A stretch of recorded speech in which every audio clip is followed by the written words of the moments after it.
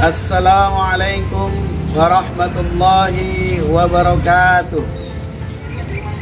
Alhamdulillahillazi ja'ala syahra Ramadan syahra siyam wa anzala fihi al-Qur'an hudan linnasi wa bayyinatin minal huda wal furqan. Jamaah ikhwati fillah rahimakumullah. Di dalam surat Al-Hujurat ayat 14 Allah Subhanahu wa taala berfirman, A'udzu billahi minasyaitonir rajim. Bismillahirrahmanirrahim. Qalatil a'rabu amanna qul lam tu'minu walakin qulu aslamna walamma yadkhulul imana fi qulubikum. Sadaqallahul azim. Jamaah ikhwati fillah yang dimuliakan Allah Subhanahu wa taala. Suatu ketika Rasulullah SAW didatangi oleh sekelompok orang Arab Badui yang mereka telah bersyahadat tunduk kepada Islam. Lalu mereka pun bertanya kepada Rasulullah SAW, "Ya Rasulullah, apakah kami sudah beriman?"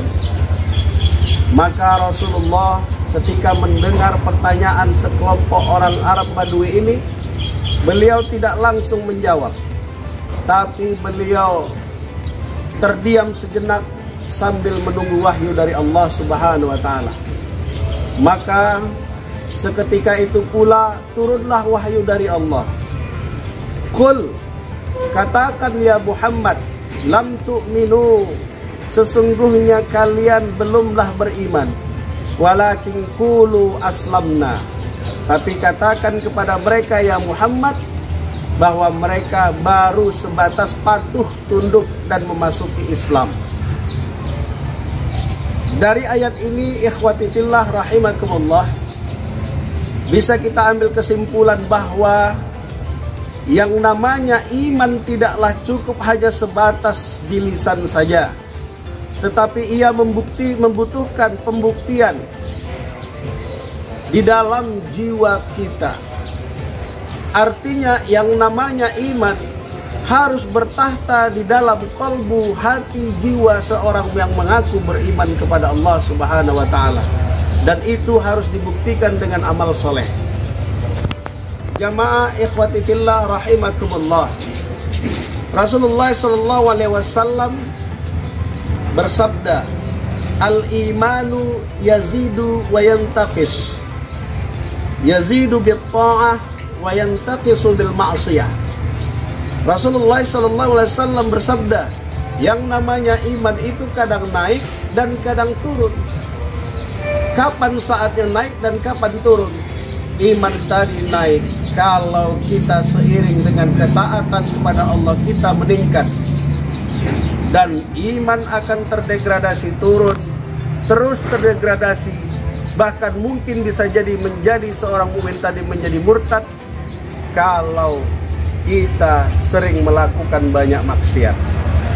Jamaah yang dimuliakan oleh Allah Subhanahu wa taala, Ramadan memberikan peluang kepada kita. Aura Ramadan memberikan semangat bagi kita untuk kita beramal soleh.